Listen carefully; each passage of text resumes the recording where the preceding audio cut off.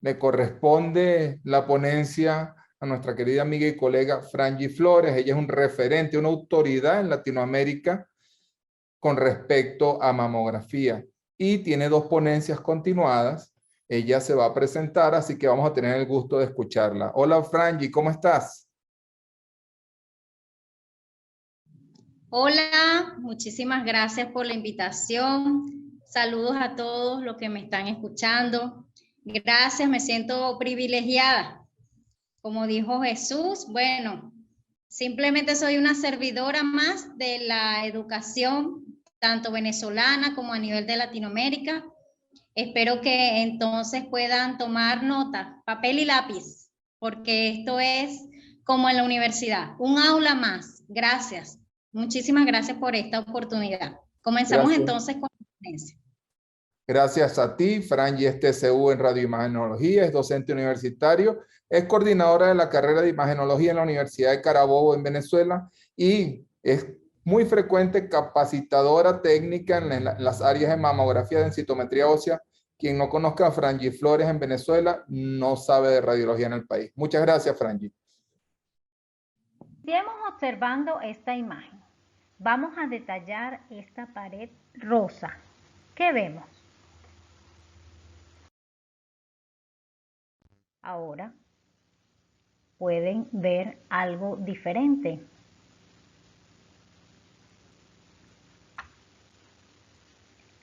Sí, tenemos un punto en nuestra pared rosa.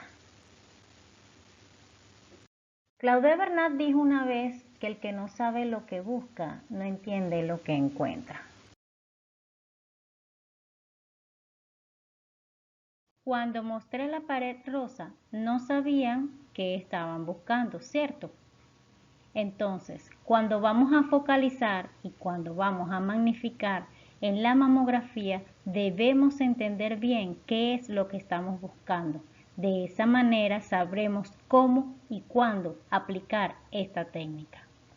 Soy la profesora Frangie Flores y a continuación desarrollaremos este tema. Comencemos entonces definiendo lo que es la compresión focal. Cito a Coppens, donde él define o afirma: cuanto más firme sea la compresión, mejor resultará la mamografía. Es pues evidente que la compresión es un recurso técnico fundamental de la mamografía. Es clave y esencial en un buen resultado de este estudio. Cuando se comprime la mama entera, el grado de compresión es igual a la de su porción menos comprensible. En una placa de compresión focal, como cualquiera de las dos que vemos acá, bien sea de la forma redondeada o cuadrada, se aplica presión sobre un menor volumen. Vamos a aplicarlo justo en el área que nosotros hayamos escogido para alcanzar una mejor resolución de la imagen en este punto en concreto del tejido glandular. Entonces, observemos esta imagen. Tenemos la mamografía donde se le ha aplicado una compresión puntual. Este viene siendo el cono o la paleta compresora, el trayecto del rayo, una masa o un hallazgo patológico. La compresión en un punto en específico es útil para poder visualizar áreas oscuras o hallazgos equívocos, áreas de tejido denso que no se definen por la superposición del tejido glandular. Esto permite reducir el espesor y que los tejidos del tejido glandular normal se dispersen. Al aplicar también una colimación del área de interés de esta área en específico y combinado con la disminución del grosor de la mama, se obtiene mayor contraste y una evaluación entonces más precisa de los hallazgos de esa lesión.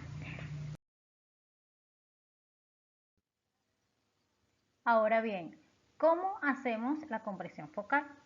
En primer lugar, una vez que se haya realizado la mamografía base, elegimos la proyección donde se visualice la imagen de sospecha, aquella imagen que debemos definir. Entonces, una vez que tenemos esa imagen, vamos a trazar una línea imaginaria, ¿ok? Desde el pezón hacia el centro y desde el centro de manera externa o medial. En este caso yo elegí esta imagen, que es la que parece sospechosa, y vamos a comprimir focalmente esta área. Asimismo, una vez que lo planificamos en la imagen, nos vamos entonces a la mama y trazamos nuestra línea imaginaria desde el centro del pezón hacia la parte posterior y luego hacia el lado externo donde hemos escogido el área a comprimir. Finalmente, luego de haber hecho la compresión, eligiendo la paleta adecuada, puede ser la cuadrada o puede ser la de forma redonda como les mostré en la otra proyección, entonces tenemos nuestra imagen. La magnificación mamográfica consiste en obtener imágenes ampliadas o magnificadas de alguna zona donde la mamografía base o las proyecciones básicas no son lo suficientemente concluyentes para un diagnóstico. Utilizamos entonces en el equipo una plataforma de magnificación donde nos va a aumentar la distancia objeto-receptor, es decir, la mama y el detector. Puede ser el detector de imagen indiferentemente de cualquiera de los tipos que se utilicen en los equipos analógicos, digital o directo o CR. Entonces, una vez que la mama está alejada, esta va a aumentar su tamaño. Cuando ella aumenta su tamaño, vamos a lograr definir de una mejor forma los bordes, la extensión de aquello que queremos visualizar de una manera más cercana. Básicamente la magnificación es mayormente utilizada en el caso de las microcalcificaciones, ya que estas, siendo de forma tan pequeña, necesitan evaluarse desde una vista más cercana. Utilizamos paletas de focalización exclusivas para la combinación con esta plataforma. ¿Okay? Podemos hacer evidentemente focalización con magnificación y focalización sin magnificación. Ambas técnicas se pueden combinar. Observen en este caso una proyección craneocaudal donde se visualiza algo pequeño que llama la atención.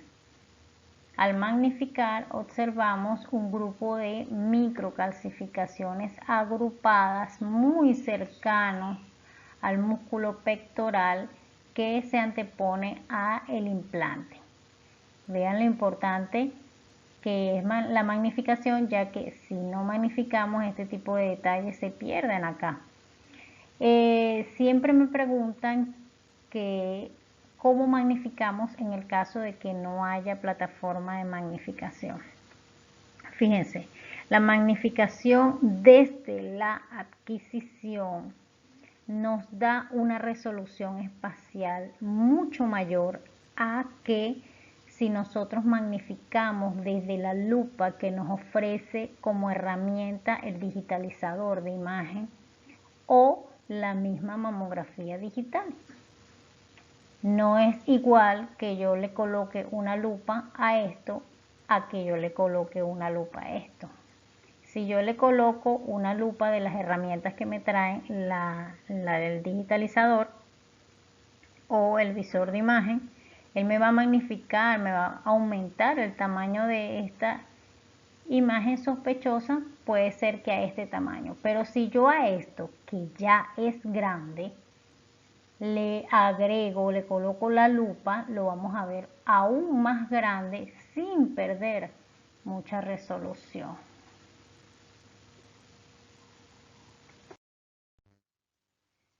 Después de conocer entonces cómo hacemos la focalización, cómo hacemos la magnificación y en qué consiste, debemos preguntarnos qué es entonces lo que vamos a magnificar. ¿Qué es? ¿Cómo sé yo qué es lo que yo debo magnificar? ¿Qué es lo que debo comprimir?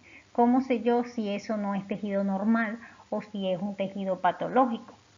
Para eso, vámonos al principio.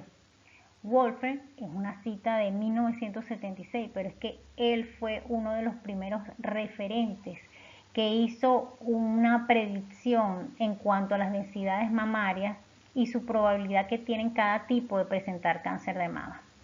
En cada uno de estos tipos, la imagen mamográfica es una combinación característica de 4 componentes estructurales que son normales en la mama según el tipo de tejido. En cada mama podemos tener densidades nodulares, densidades lineales, densidades homogéneas y carentes de estructura y otras zonas radiotransparentes. Le voy a mostrar cada una de ellas. Observen aquí los 4 componentes estructurales. En primer lugar, la densidad nodular, luego que se las muestro con esta figurita, la densidad lineal, el tejido fibroso homogéneo y el tejido adiposo radiotransparente. En el tipo de parénquima mamográfico tenemos un tipo 1. Este tipo 1 con mucha frecuencia es en mujeres premenopáusicas, es decir, todavía están menstruando, y el aspecto mamográfico del tejido fibroglandular normal está acompañado de reemplazo adiposo parcial. Vemos la grasa un poquito más oscurita y el tejido glandular en tonos de grises. Los cambios patológicos pueden distinguirse aquí con facilidad. Así que vemos entonces este tipo de componente estructural nodular, por lo menos aquí en esta parte, el homogéneo, lo vemos acá, el lineal, vemos estas líneas acá, ¿sí las ven? Y el de adiposo, por ejemplo, acá.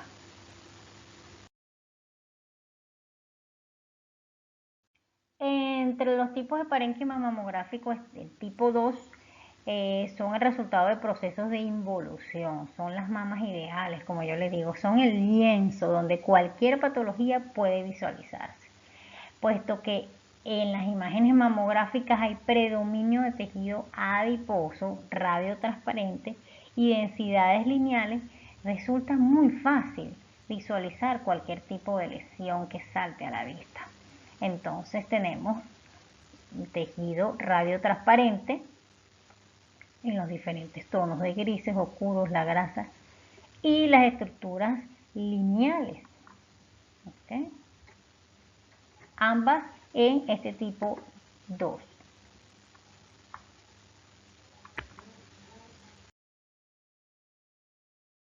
En el tipo 3 son prominentes los conductos retroareolares y que a menudo están asociados a fibrosis periductal. Vemos estas estructuras lineales, ¿ok? Podemos visualizar que salen de los conductos. Tienen relación a todos los conductos y los vemos acá, inclusive algunos vasos.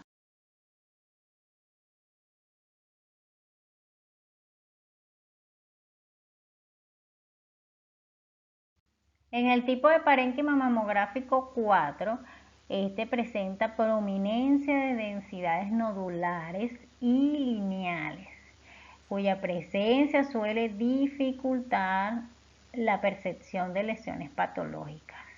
Asimismo, según parece, este tipo es resistente al proceso de involución.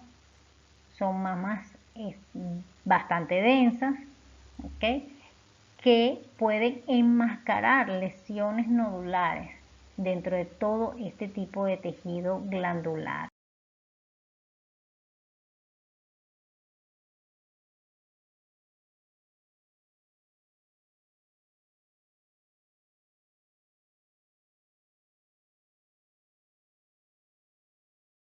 En este parénquima mamográfico tipo 5, la principal característica es la abundancia de tejido conjuntivo fibroso y la escasez de tejido adiposo, lo que da como resultado en la imagen esto que vemos acá, una densidad casi sin estructura que ocupa la mayor parte de la mama.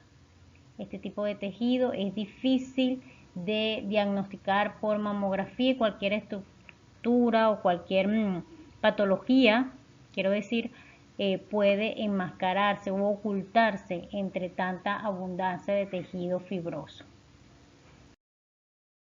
Ok, ya vimos lo que es normal. Entonces, ahora explico la semiología de algunas imágenes patológicas. Ok, 5 signos mamográficos donde nos pueden decir que algo no está bien. Primero tenemos las masas o nódulos. Estas se definen como una lesión ocupante de espacio vista en dos proyecciones diferentes. Para su diagnóstico diferencial es necesario analizar la densidad, es decir, qué tan blanquita o qué tan negrita se ve en la mamografía y las características del borde de las masas. Tenemos las masas bien definidas. En este caso, pongo este ejemplo, vemos una particularmente bien ubicada y que se visualiza muy bien. Ahí yo estoy simplemente haciendo un zoom para que tú puedas detallar específicamente cuál es la masa bien definida que me estoy refiriendo. Tiene bordes lisos. Ahora tenemos las masas mal definidas. Esas masas mal definidas no tienen estructura, no tienen bordes lisos, tienen bordes irregulares, acompañados de este tejido glandular superpuesto alrededor de ella. Lo vemos acá. La masa espiculada tiene la característica que en su centro es más densa y hacia sus bordes tiene unas espículas o estas puntas que se extienden hacia el tejido adyacente. En su interior pueden estar relacionadas a un nódulo o alrededor de ella, como lo vemos acá. También tenemos en este tipo de lesiones espiculadas que no tienen masa como tal. Estas pueden ser inclusive no palpables. Son irregulares, con bordes mal definidos, tienen una reacción del parénquima adyacente, es decir, lo pueden contraer en este caso. Vean la reacción de este parénquima adyacente, produce espículas y prolongaciones que se extienden.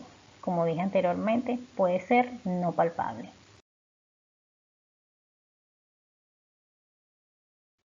Tenemos la deformidad del parénquima que lo produce una distorsión de la arquitectura.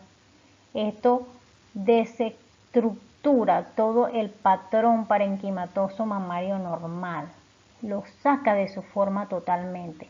Fíjense cómo el pezón, que es la forma más evidente de una mama sana, está totalmente contraído, retraído.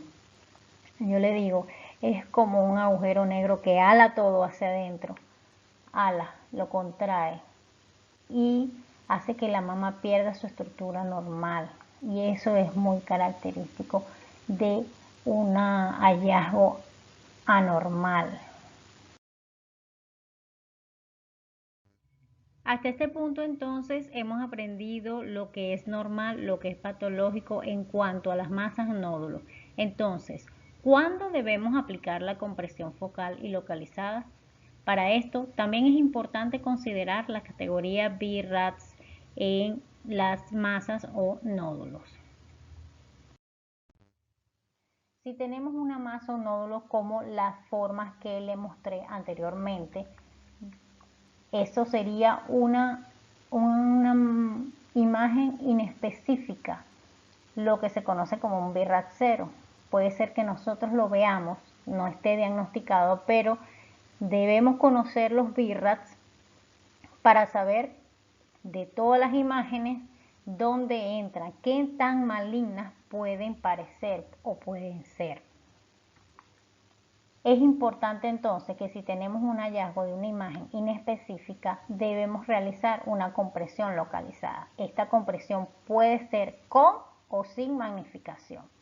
Si nosotros realizamos esa compresión y luego vemos una imagen que se parece mucho a las características que se ubican en la categoría BIRAC 3, esa paciente debe realizarse ecografía. Y si en ecografía le dicen que es un quiste simple, eso es un BIRAC 2, y en ese caso la paciente entraría a su control anual. Pero si en nuestra sala de mamografía visualizamos una imagen que se ubica en la categoría BIRAC 4, igualmente esa paciente debe pasar ecografía. Si allí se sospecha de una lesión sólida, ¿okay? Eso puede ser un BIRAC 3, en este caso el control de la paciente debe ser en 6 meses. Si allí mismo eso parece ser un quiste complejo, eso podría estar ubicado en una categoría BIRAC 4 o puede ser sólido. Este tipo de lesiones deben ir a punción diagnóstica o a cirugía. En tal caso, vendría a su control anual. Si en nuestra compresión localizada ubicamos una imagen que parece estar entre la categoría BIRAC 5, pues sabemos que esa paciente al salir de nuestra sala debería hacerse una biopsia radioquirúrgica, una punción. Ahora, en la semiología de las imágenes también tenemos la asimetría. Esta es una opacidad sin contornos bien definidos, reconocible en dos incidencias y no visible en el mismo sector de la mama contralateral. Voy a mencionar solamente las causas más frecuentes para que con esto podamos entonces identificar cuándo y cómo focalizar y magnificar. Una de las asimetrías más frecuentes es la asimetría de tipo glandular, donde se observa una mayor cantidad de tejido en una zona específica en una mama, a diferencia de la otra donde no se observa lo mismo. Es entonces donde este tipo de asimetría es importante considerarla para realizar una compresión focalizada.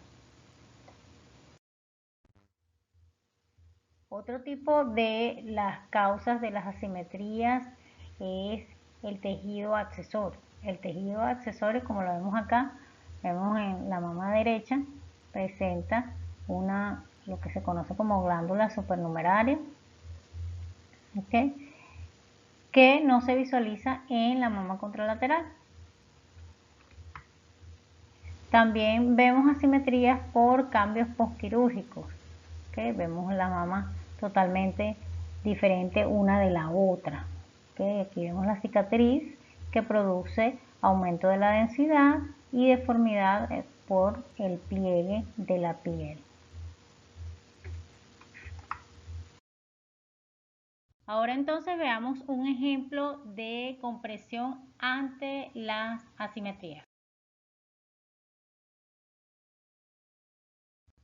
Veamos este caso donde en la proyección craneocaudal se visualiza una leve asimetría en el cuadrante externo de la mama izquierda.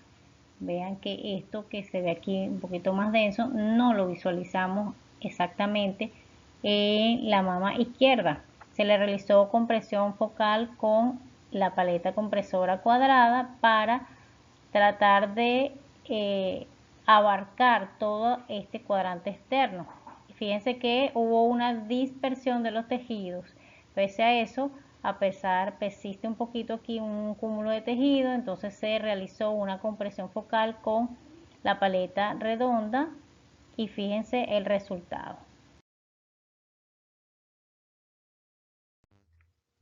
Otra de las semiologías de las imágenes que son importantes diferenciar, conocer, son las calcificaciones. Según el Colegio Americano de Radiología, las calcificaciones consideradas benignas conforme a su aspecto mamográfico suelen ser más grandes y groseras que las malignas.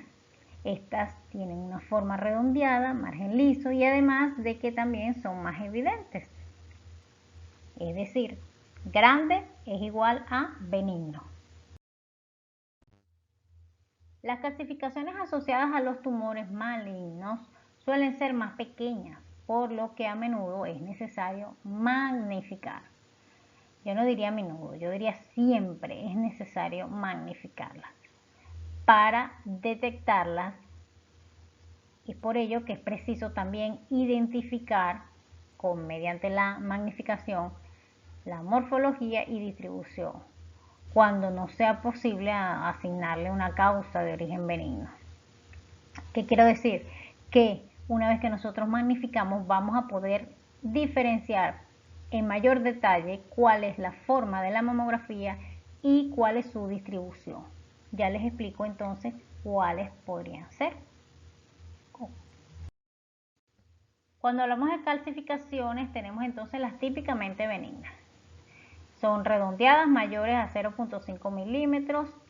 Tenemos algunas que tienen este aspecto de centro radiotransparente, que vemos como unos anillitos.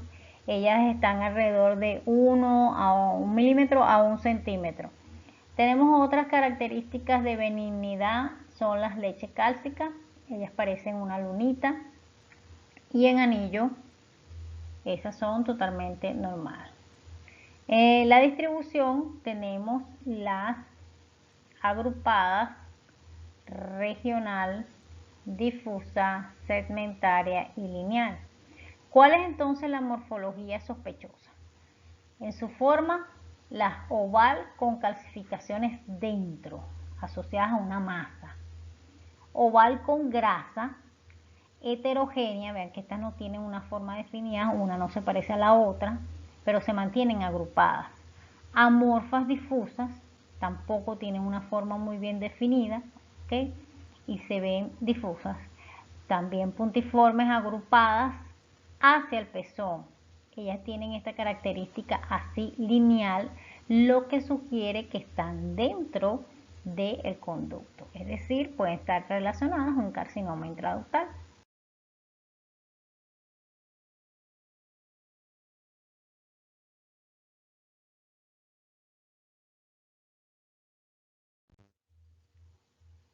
Algunos signos útiles para definir la etiología de las calcificaciones, es decir, cómo son, qué tipos, cómo sé yo que son benignas o malignas. Bueno, la forma, primero que nada, la forma del acúmulo. Obviamente, si vamos a magnificar, debemos considerar el número de calcificaciones agrupadas que estamos examinando. Deben ser entre 3 y 5, mayor de eso, pues vamos a magnificar. ¿Cuándo es benigno? Cuando vemos esa forma del cúmulo redondeado. Es maligno si lo vemos irregular. El tamaño de la partícula, mientras más grande, es benigno. Si es pequeño, es maligno. La forma de la partícula, cuando es redondeada, pues nos quedamos tranquilos. Si es irregular en bastones o ramas, vamos a magnificar igual para definir qué tan malignidad puede tener y qué tan sospechosas. Las densidades de la partícula en cuanto a qué tan blanquito, qué tan negrita se ven en la mamografía, si es baja, es benigna, si es alta o mixta, puede ser maligna. El número de la magnificación. Cuando magnificamos, ellas pueden verse que hay, yo veía 5 a simple vista, pero cuando magnifique resulta ser que son 8. Entonces, si no cambian o se distribuyen difusamente, son benignas. Si aumentan en el acúmulo y luego se ven de manera difusa, pues entonces es maligno. Ya finalizando, les muestro este ejemplo de la proyección craneocaudal magnificada y focalizada, donde se visualiza un grupo de microcalcificaciones y calcificaciones gruesas. Esta compresión magnificada se realizó en 2 proyecciones. Aquí vemos la craneocaudal y ahora les muestro la mediolateral, donde están este mismo grupo de calcificaciones vistas en otra proyección. Y de otra manera, aquí se nota que están asociadas a una pequeña masa donde se produce una distorsión. Aquí les muestro otra proyección donde se visualizan en la craneocaudal y en la mediolateral grupos de microcalcificaciones agrupadas con un aspecto difuso, donde hay que evidentemente magnificar, y lo vamos a hacer con una paleta compresora cuadrada. Vean el resultado. En este momento se detallan entonces mucho mejor qué tipo de calcificaciones están, de qué manera se distribuyen. Fíjense que aquí se distribuyen de manera alineada y se muestran dentro de uno de los ductos. Esto parece ser un típico carcinoma intraductal.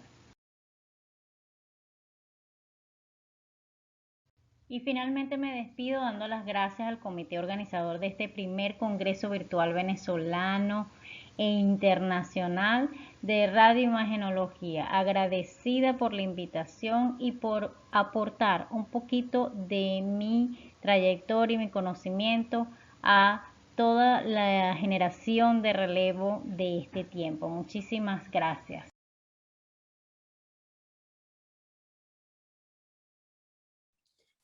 Frangie, maravilloso, agradecido este comité contigo ampliamente por tu disertación tan espectacular. Sin duda alguna, las proyecciones focalizadas, magnificadas o no, son una herramienta fundamental y nos has dado una clase magistral de cuándo usarlas. Muchísimas gracias.